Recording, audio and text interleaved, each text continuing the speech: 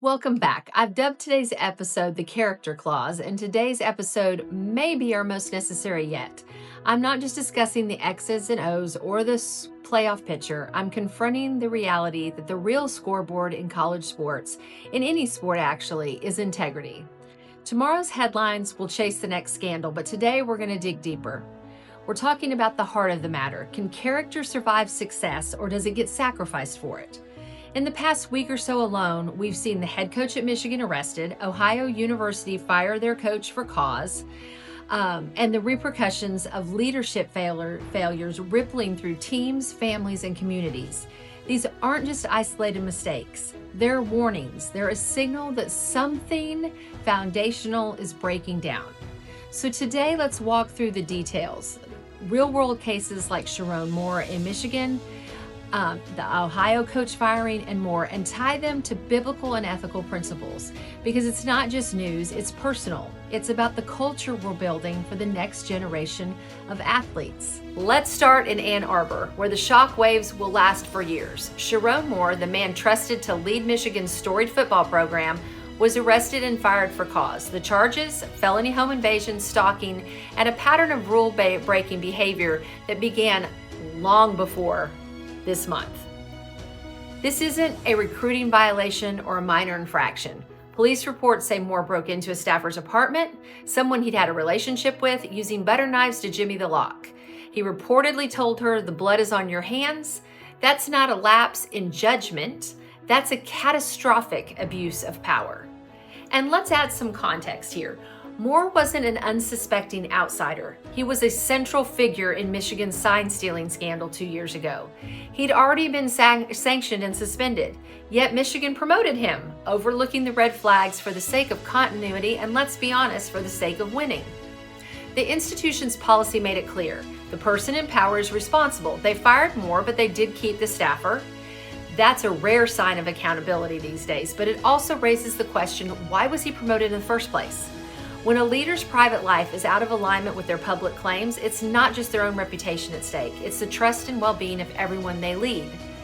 Biblically, Titus 2:7 says, "Show yourself in all respects to be a model of good works, and in your teaching show integrity and dignity." Did Moore show integrity? Did he show dignity? Leadership isn't just about what you do on the field, it's about what you do when no one's watching. That's the standard. Now let's move on to Athens, Ohio. The head football coach, Brian Smith, was fired just days before their bowl game.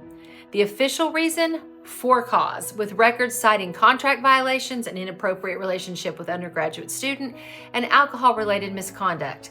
And here's the key. These are allegations, and as a lawyer, yes, due process matters, but for cause isn't a gentle reset. It's the university saying, this crosses a line.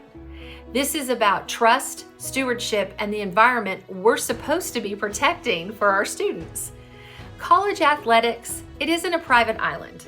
It's a workplace, it's an educational environment, it's a hierarchy.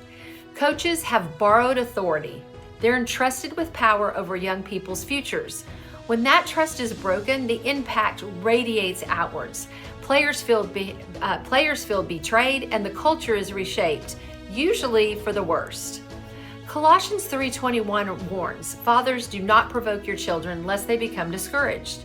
Now, coaches aren't parents, but they are father figures. When adults in power act out of self-interest, they don't just break the rules, they break spirits. And the damage isn't just to the individual, it's systemic. It's systemic. But this isn't just a Michigan or an Ohio problem.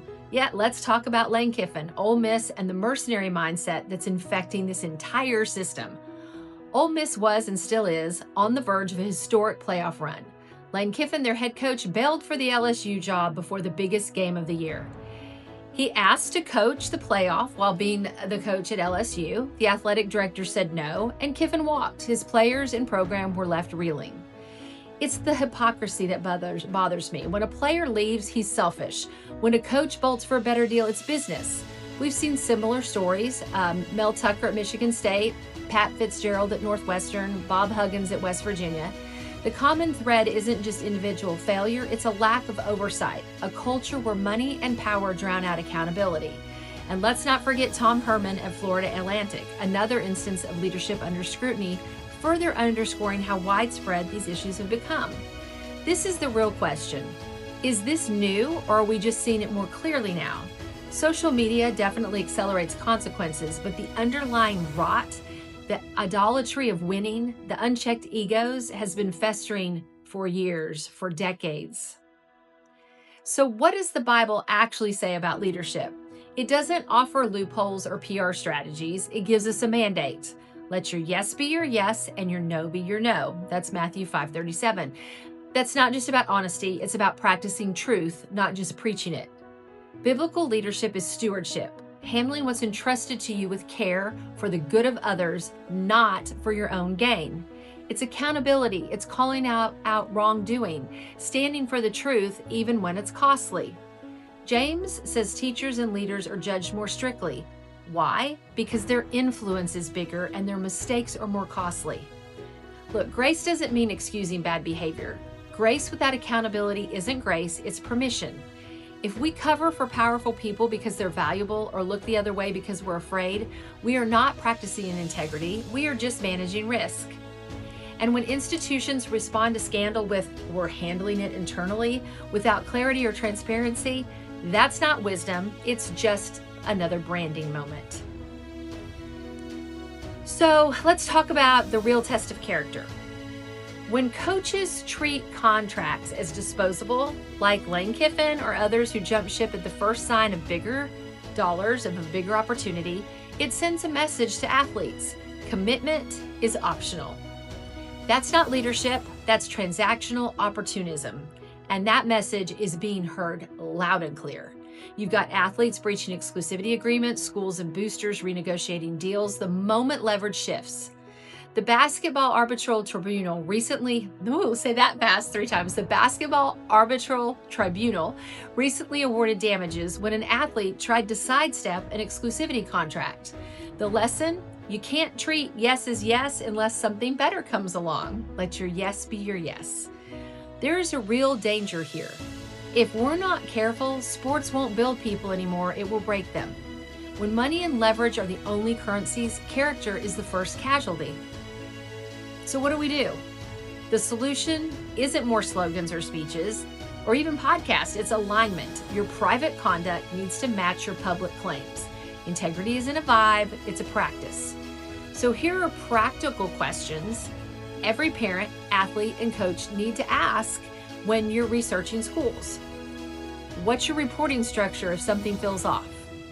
Who is the compliance point person, and does the coaching staff respect that office? What happens to athletes if staff get disciplined mid-season? What's your track record on transparency and accountability? What does character actually mean at this school? Practically, not just as a word that's on the wall as you walk into the gym. Agents and families should also push, I believe, for character clauses in contracts. If a coach leaves or is fired for cause within a year, the athlete becomes a free agent immediately. I mean, let's just call them what they are. They're free agents. No penalty, no waiting. And for everyone involved, stop falling for the speech. Watch the actions. Does the program's history line up with its promises? Does the leadership actually model what they preach? Like Dion in Colorado? If not, look elsewhere. Your future is worth more than a brand or a logo. So, what's the conclusion here? We need to hope for change.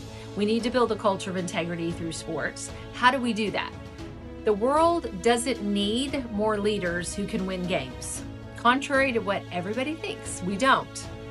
It needs leaders whose character can survive success, pressure, and temptation. The power of sports is in its ability to shape lives for the better, but only if we fight for integrity, even when it's costly.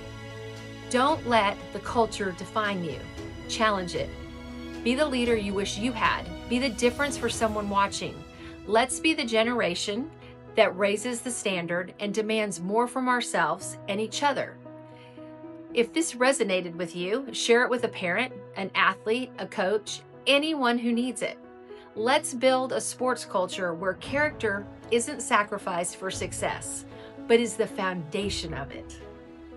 I'll see you next time, hopefully talking touchdowns and not scandals.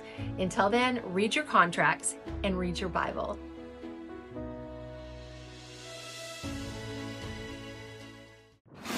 You're listening to the AAA Ball and Play podcast. Quick note, this is for education and entertainment. Nothing here is legal, tax, or financial advice, and nothing we say creates an athlete-agent relationship. Listening or contacting us does not make us your lawyers or your agents. For advice, talk to a qualified professional in your state.